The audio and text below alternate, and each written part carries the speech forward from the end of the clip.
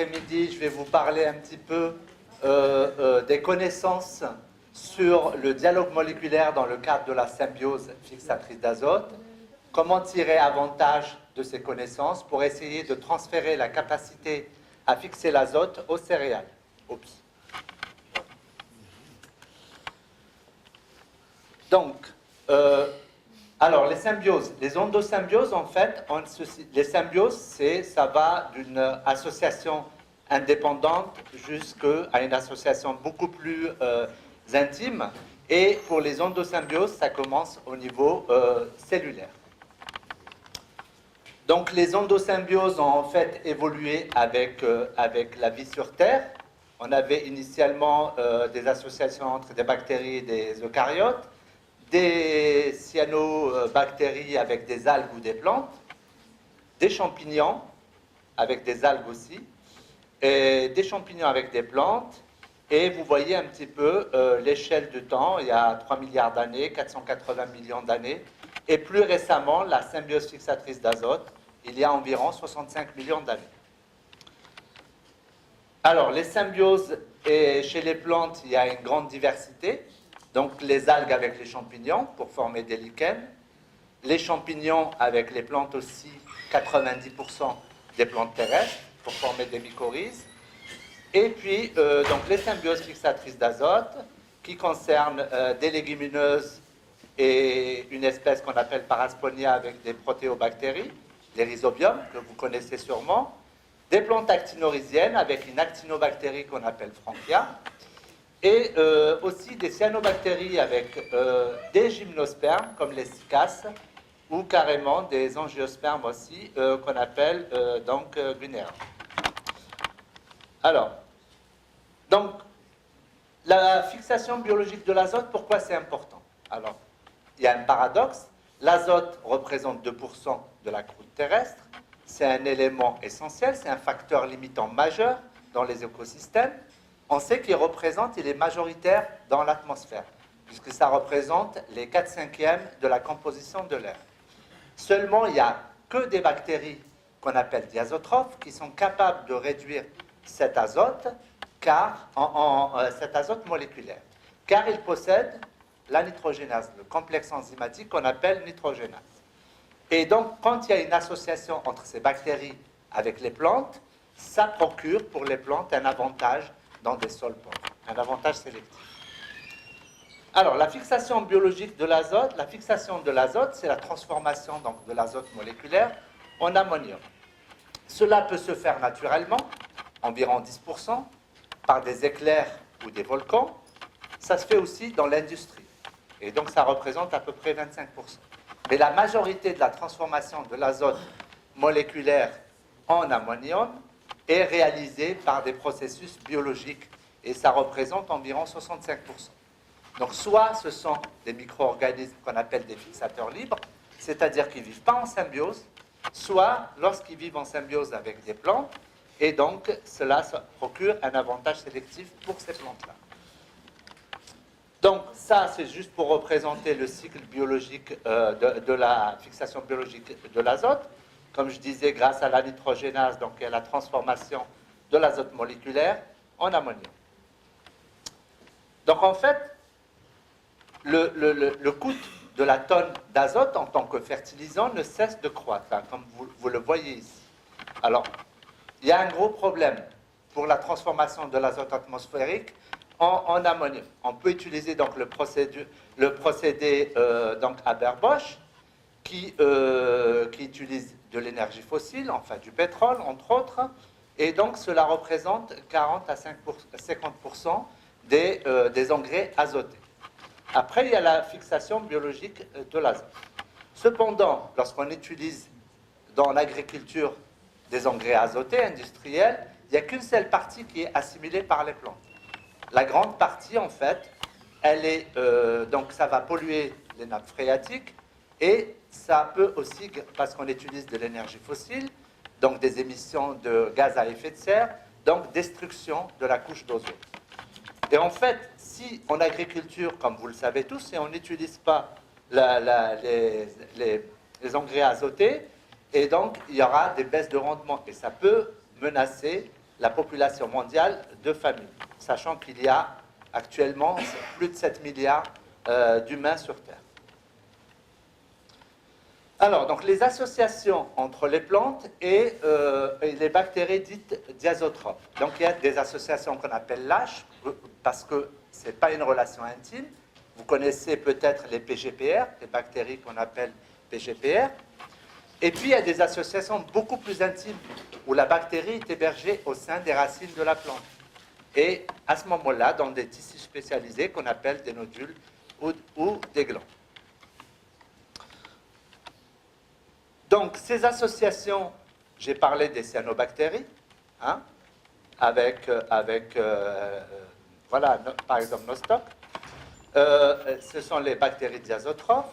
Il y a les actinomycètes qu'on appelle Frankia, et puis il y a les protéobactéries collectivement appelées rhizobium, ou bien les azospirillum. Donc, les nodules fixateurs d'azote chez les plantes, les symbioses fixatrices d'azote, en fait, ça ne concerne pas beaucoup d'espèces. Ça concerne essentiellement des légumineuses, les fabacées, avec une espèce qu'on appelle Parasponia, qui va s'associer avec des bactéries appelées rhizobium. Il y a les plantes actinorhiziennes, qui vont s'associer avec Frankia, et puis aussi, donc, des nodules coralloïdes chez donc les cicadales, notamment Cycas, donc une gymnosperme, avec des cyanobactéries. Mais les symbioses fixatrices d'azote nodulaires au niveau des racines, ça concerne que deux groupes de plantes. Les légumineuses, les Parasponia avec rhizobium, et les plantes actinorhiziennes. Et en fait, ce qui est intéressant, c'est que toutes ces espèces-là, capables d'établir des symbioses fixatrices d'azote nodulaires au niveau des racines, appartiennent toutes au même clade, qu'on appelle le clade des fabides ou des rosides. Et ces plantes-là, c'est 4 ordres et 10 familles d'angiospermes. Donc les fagales, les cucurbitales, les rosales et les fabales. Et donc on les appelle les fameux fafacuraux. Alors des études de phylogénie qui ont été faites il y a environ presque 25 ans ont montré en fait que toutes ces espèces nodulantes ont une origine commune et un ancêtre commun. Ça veut dire quoi ? En fait, une des hypothèses, c'était de dire que toutes ces espèces-là, puisqu'ils appartiennent au clade des fabides, ont évolué à partir d'un ancêtre commun et ils ont une origine commune. Alors, la particularité de cet ancêtre commun, c'est d'avoir la capacité de former des symbioses endomycorhiziennes à arbuscules. Sachant que les symbioses endomycorhiziennes à arbuscules concernent 80% des espèces terrestres. En fait, l'hypothèse était de dire que les symbioses fixatrices nodulaires ont évolué à partir d'un programme génétique qui était impliqué dans l'endomycorhisation. Donc, ça, ce que c'était pour vous remémorer les deux fameux groupes de plantes. Et donc, on a commencé à s'intéresser au dialogue moléculaire entre ces plantes nodulantes et les bactéries. Qu'est-ce qui fait que ces plantes reconnaissent ces bactéries comme des micro-organismes bénéfiques et les laissent entrer pour former une symbiose. Et donc, on a commencé à regarder les toutes premières étapes de l'interaction entre les plantes et ces bactéries. On a commencé à faire cela chez les légumineuses, notamment les légumineuses modèles, et on a commencé à décortiquer dans les années 80 ces étapes-là, et on avait montré qu'en fait, que lorsque la plante se retrouve dans un milieu pauvre en azote, elle va larguer des composés phénoliques, des flavonoïdes, qui sont reconnus par ces bactéries diazotrophes, les rhizobiums, et ces bactéries-là vont synthétiser ce qu'on appelle une molécule signal qu'on appelle le facteur node. D'accord ? Et c'est ça, ce facteur node est reconnu par la plante au niveau des racines et qui va déclencher cette symbiose. Et la bactérie va pouvoir rentrer. Dans les années 90, on a commencé à faire des approches génétiques, notamment sur des espèces modèles, Meducago trincatula et le lotier. Et on avait donc l'analyse des mutants incapables de noduler, ont mis en évidence une voie de signalisation symbiotique au facteur node. C'est-à-dire qu'il y a une voie, il y a des gènes indispensables qui, lorsqu'ils sont mutés, leur rhizobium ne peut plus établir de symbiose. Et donc là, c'était juste pour vous résumer un certain nombre de ces acteurs moléculaires. Et nous, dans notre travail sur les plantes actinorisiennes, pardon, oups, qu'est-ce que j'ai fait? Oui, pardon, avant.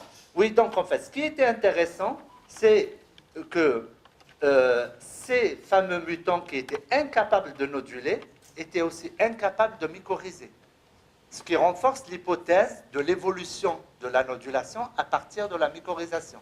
Puisque vous prenez le mutant de Medicago ou du lotier, il est incapable de noduler, il est incapable de mycorhizer. Donc, cela renforce cette hypothèse-là.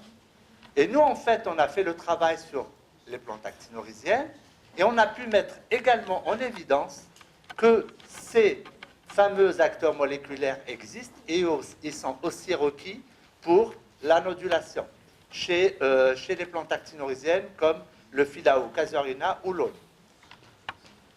Donc, ce que je disais, cela renforce l'hypothèse de l'évolution de ces symbioses nodulaires à partir des symbioses mycorhiziennes. Comme je vous l'ai dit au début, c'est que 80% des plantes sont capables d'établir une symbiose une symbiose mycorhizienne, endomycorhizienne. Donc en fait, ce qu'on s'est rendu compte, que ces acteurs moléculaires qui sont indispensables à la nodulation existent pratiquement chez toutes les espèces qui sont capables de mycorhizer, y compris les céréales. D'où l'idée de dire, est-ce qu'on peut transférer cette capacité nodulante aux céréales? Des travaux, on a été plus loin dans ce dialogue moléculaire, on a montré que par exemple certains gènes importants sont à la fois requis à la mycorhisation et à la nodulation, et que le champignon mycorhizien synthétise une molécule signal qui est très proche du facteur NOD. Là, vous voyez le squelette, on dirait un facteur NOD. Donc, toutes ces hypothèses-là renforcent cette évolution de la mycorhisation vers la nodulation. Donc, en fait, un des objectifs majeurs dans la communauté scientifique qui s'intéresse à la fixation d'azote, c'est de trouver le moyen de transférer cette capacité nodulante aux céréales, pour les raisons que je vous ai citées au départ. Et donc, l'idée, c'est de tirer profit des connaissances sur ce dialogue moléculaire, sur cette symbiose, cette signalisation symbiotique, et par des approches de génie génétique, essayer de transférer cette capacité nodulante. Alors, pourquoi c'est important? Comme vous le savez, c'est pour resituer un petit peu le contexte de l'importance de l'azote en agriculture. On est dans un contexte donc de dégradation des sols pour un tas de raisons, de baisse des surfaces cultivées, de l'augmentation de la population mondiale, de l'augmentation en engrais azotés chimiques. Voilà. Donc là, vous voyez les prix qui augmentent et il faut préserver les sols qui sont dégradés justement par l'utilisation intensive de ces fertilisants chimiques. Donc là, pour montrer que la tonne d'azote augmente, la dégradation du sol, la tonne d'azote qui augmente régulièrement, et malheureusement, et les pays en voie de développement sont encore plus touchés, parce que comme vous le voyez, la dégradation du sol touche beaucoup les pays en voie de développement, qui n'ont pas forcément les moyens d'acheter ces fameux engrais azotés. Donc c'est la double peine. Donc alors, quelles sont les stratégies qui pourraient permettre de transférer cette capacité nodulante? Parmi ces stratégies-là, on peut jouer à différents niveaux. Il y a la reconnaissance. Il faudrait que la céréale puisse reconnaître la bactérie comme étant une bactérie bénéfique et non pas un pathogène, et ne pas déclencher tout un système de défense. Après, il faut que la bactérie puisse rentrer et donc faire ce qu'on appelle un processus d'infection et être hébergée. Et puis, il faut que la plante puisse développer un organe, une niche écologique qui va permettre d'héberger cette bactérie. Donc, un développement d'un organe symbiotique. Donc, il y a plusieurs travaux qui sont lancés. Là, c'est pour juste vous résumer les différentes voies de pénétration de la bactérie chez les plantes qui fixent l'azote, les plantes nodulantes. Il y a des voies intercellulaires entre deux cellules épidermiques. Il y a ce qu'on appelle le crack entry, c'est à l'aisselle d'un développement du racine latérale, ou bien via le poil racinaire. Et donc, en fait, il y a des études qui essaient de voir est-ce qu'il y a un corps qui concerne cette symbiose fixatrice d'azote nodulaire. Donc, en fait, ce que je disais, ça, c'est pour résumer un petit peu les différents acteurs moléculaires qui sont impliqués dans la reconnaissance et les toutes premières étapes. Et donc, en fait, à ce niveau-là, on sait qu'il y a des récepteurs aux molécules signales de la bactérie. Et donc, on essaye, ces récepteurs-là existent chez les céréales, et il y a des travaux en cours qui essayent de modifier ces récepteurs pour que la bactérie puisse être reconnue. La deuxième chose, c'est aussi l'infection. Là, ce que je vous ai montré en rouge, c'est tous les acteurs moléculaires qui interviennent au niveau de l'infection. Et là, c'est pareil, donc il y a des travaux à ce niveau-là. La troisième chose, donc, là, c'est pour montrer un petit peu comment peut se faire l'infection avec les différents acteurs moléculaires. Et la troisième chose, c'est l'organogénèse nodulaire. Alors, l'organogénèse nodulaire, comment faire pour que la plante, la céréale, puisse développer un organe, un nodule, en fait. On va dire ça comme ça, un nodule. Et donc, en fait, il y a eu des études qui ont été réalisées chez les légumineuses qui montraient qu'en dérégulant un certain nombre de gènes importants de la voie de signalisation symbiotique, en fait, la plante, elle va se mettre à produire des nodules spontanément, même s'il n'y a pas la bactérie. Donc, il suffisait juste d'avoir ce qu'on appelle des mutants gains de fonction. Et donc, ça marchait très bien chez les légumineuses. Et nous, on a fait le même travail chez les plantes actinorisiennes, où en dérégulant un certain nombre de ces gènes-là, notamment CCMK, qui est une calcium-calmoduline dépendante kinase, et c'est un travail qui a été réalisé par une étudiante de Constantine, qui est actuellement enseignante, Myriam Ben Abdoul.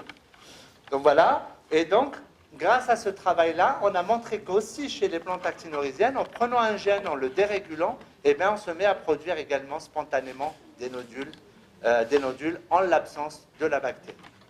Et donc, en fait, la conclusion de ce travail, c'est aussi de dire qu'il y a le programme génétique et en fait, il y a un programme génétique de base qui permet de produire ces nodules spontanément. Donc voilà, là aussi, il y a un autre gène qui est un récepteur de cytokinine qui permet aussi d'obtenir des nodules spontanés et qui existe chez toutes les espèces comme les céréales. Donc aujourd'hui, en fait, il y a depuis 2012, il y a la Fondation Bill et Melinda Gates qui financent ce genre de travail et il y a beaucoup d'études qui sont faites pour, ce que je vous ai dit, pour jouer sur la perception, la reconnaissance, sur l'infection et sur la formation du nodule et l'hébergement de la bactérie. Donc, il y a aussi un autre travail qui est fait, c'est de comprendre, pour aller plus loin, de comprendre l'origine de la nodulation. Pourquoi certaines espèces ont acquis cette capacité nodulante et pas d'autres? Donc, il y a des travaux récents qui ont montré que, en fait, l'ancêtre commun qu'on appelle l'origine unique datait d'il y a environ 100 millions d'années. Ça, c'est le travail qui a été réalisé en 2014. Et puis, nous, on était impliqués dans un projet qui s'appelle Evonode, qui est un projet de phylogénomique pour comprendre l'acquisition de cette capacité nodulante. Et donc, une étude a été réalisée de phylogénomique sur 37 génomes issus de différentes plantes, y compris des plantes actinorisiennes. Et en fait, la conclusion de ce travail-là, c'est de dire effectivement la capacité nodulante a été acquise plusieurs fois au cours du temps, de l'évolution, mais elle a aussi été perdue. Et ça, c'est une information qu'on ne savait pas avant. Certaines plantes qui l'avaient l'ont perdue, parce qu'il y a des bactéries qui sont fixatrices d'azote, mais qui ne sont pas très efficaces. Donc, c'est des bactéries, enfin, une des hypothèses, c'est de dire qu'il y a des bactéries tricheuses qui profitent du nodule parce que la plante va donner des carbohydrates à la bactérie. En retour, la bactérie va donner de l'ammonium. Mais comme la bactérie n'est pas très efficace, et dans cet environnement-là, au cours du temps, eh bien, les plantes, certaines espèces ont perdu cette capacité nodulaire. Donc voilà, ça c'est le travail qui a été la conclusion de cette étude. Et donc voilà, je remercie tout le monde pour votre attention. Et je suis à vous pour vos questions.